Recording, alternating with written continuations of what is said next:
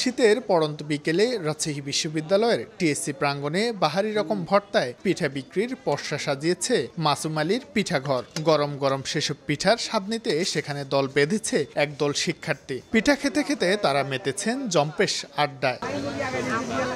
প্রতিদিন বিকেলেই ক্যাম্পাসে এই টিএসসি প্রাঙ্গণে বসে পিঠার মহোৎসব। মাসুম আলীর ন্যায় আরও গোটা দশেক দোকানের তৈরি করা পিঠার স্বাদ নিতে সেখানে ভিড় করেন নানান শ্রেণী পেশার মানুষ।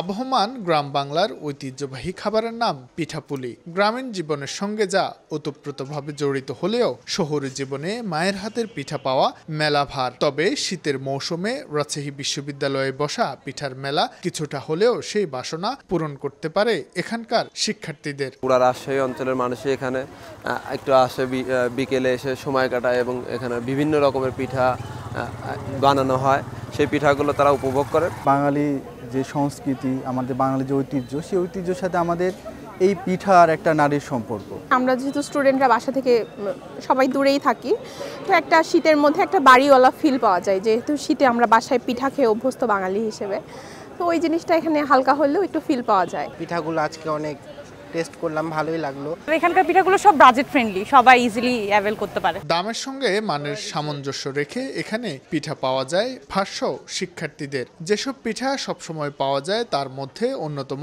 ভাপা, পাটিসাপটা, চিতই, পুলি, বকুল, পাঁপড় ও রস পিঠা। দোকানিরা শুধুমাত্র পিঠার দাম নিয়ে সঙ্গে কয়েক পদের ভর্তা ফ্রিতে দিয়ে থাকেন।